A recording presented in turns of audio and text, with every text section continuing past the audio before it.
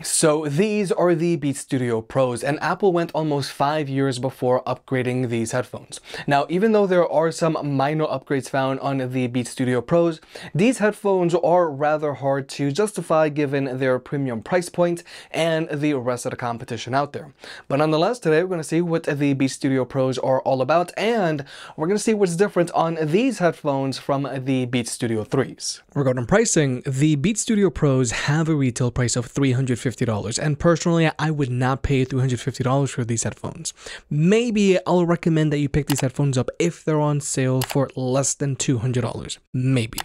Nonetheless, if you want to see how the Beats Studio Pros stack up to some of Sony's headphones or Bose's headphones, you can always watch those versus videos. And if you want to further support the channel, pick up a Big Head approved hat, link down below. We've got trucker hats and snapbacks. By buying a hat, you help the unbiased and unsponsored videos coming, and it also helps us cover more products and produce more versus videos. Thank you to everyone who's already bought a hat, and look out for more designs coming soon. And also, please remember to hit that like button, and let's get subscribed.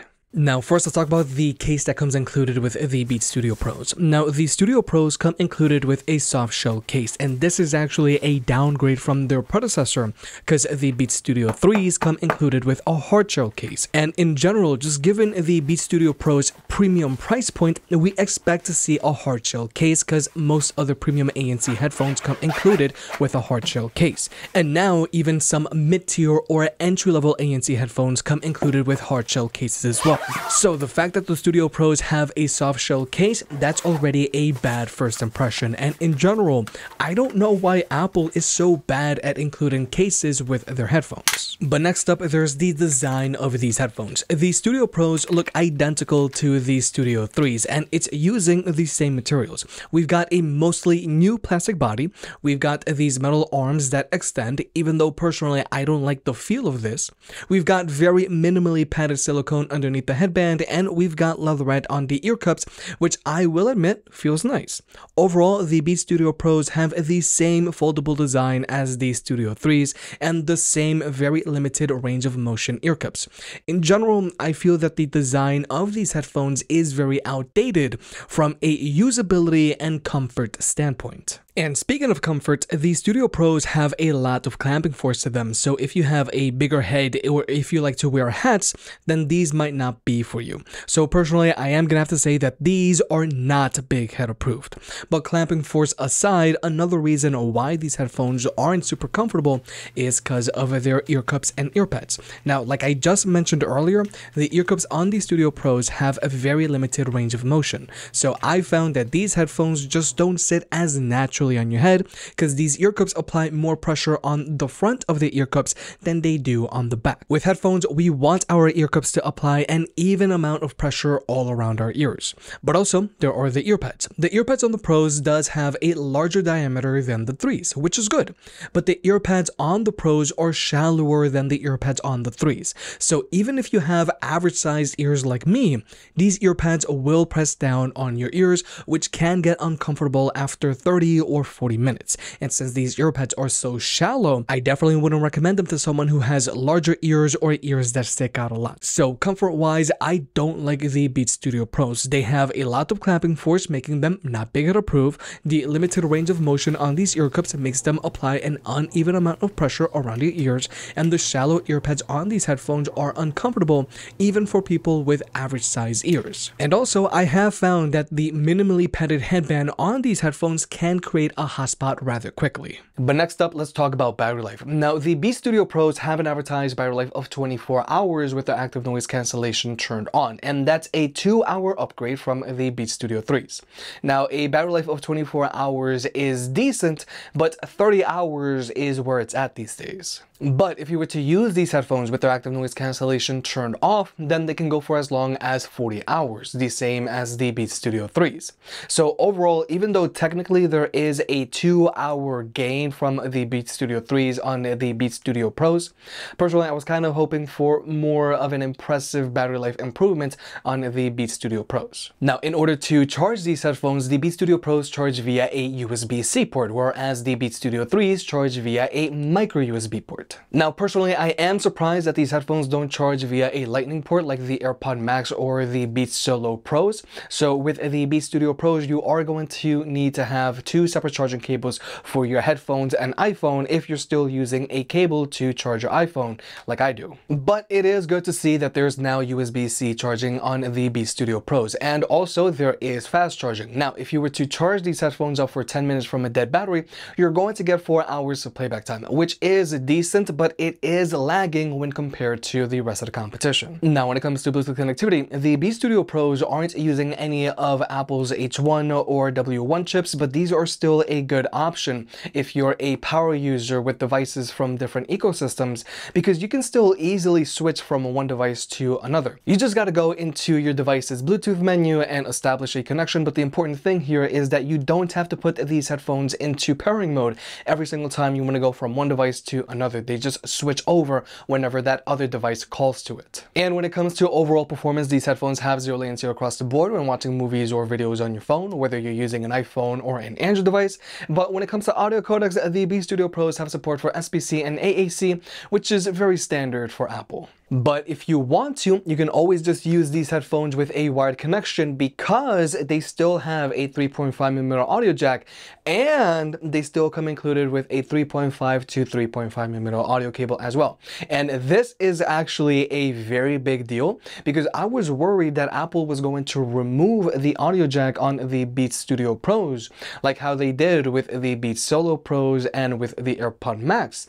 And if you wanted to use your headphones with a wired connection, you would have to pay extra because they wouldn't include the audio cable with their headphones. But thankfully, that's not the case here. The only thing is, if you want to use these headphones with a wired connection, they still have to have a charge, because these headphones cannot be used when they're completely turned off. They can't be used passively. But also with the Beats Studio Pros, you can actually use their USB-C port as a wired connection as well, and you can also charge these headphones at the same time as well. And personally, I did not expect this, and the fact that you can use the USB-C port on these headphones as a wired connection is still a little rare these days, because this is something that you can't do with Sony's or Bose's headphones. But now let's talk about sound. Plainly said, the Beats Studio Pros sound very different from the Beats Studio 3s. The Beats Studio Pros are a great pair of headphones for someone that likes a very bass-heavy sound signature. The bass on the Studio Pros both resonates very cleanly, and it will also rattle your head a decent amount. Whereas with the Beats Studio 3s, they have a bass-heavy sound signature, but the bass isn't as impressive because it doesn't resonate and it doesn't rattle your head. Also, the instrument separation on the Beats Studio 3s isn't great, but there's an emphasis on the vocals. So vocals are pushed forward, but they don't sound as clear, and there's very little detail in the instrumentals in the back. Whereas with the Beats Studio Pros, even though they have a bass-heavy sound signature, the bass on these headphones doesn't overpower the rest of the music. There's still a good amount of detail in the instrumentals, and the vocals sound a lot more realistic because they aren't artificially brought to the front like with the Beats Studio 3s. Overall, I enjoy how the Beats Studio Pros sound, but these are specifically for people who want a lot of bass in their music, and I feel that the bass on these headphones will satiate most people. But the really interesting thing about the Beats Studio Pros is that you can't go in and directly adjust their EQ like you can with a lot of other headphones out there.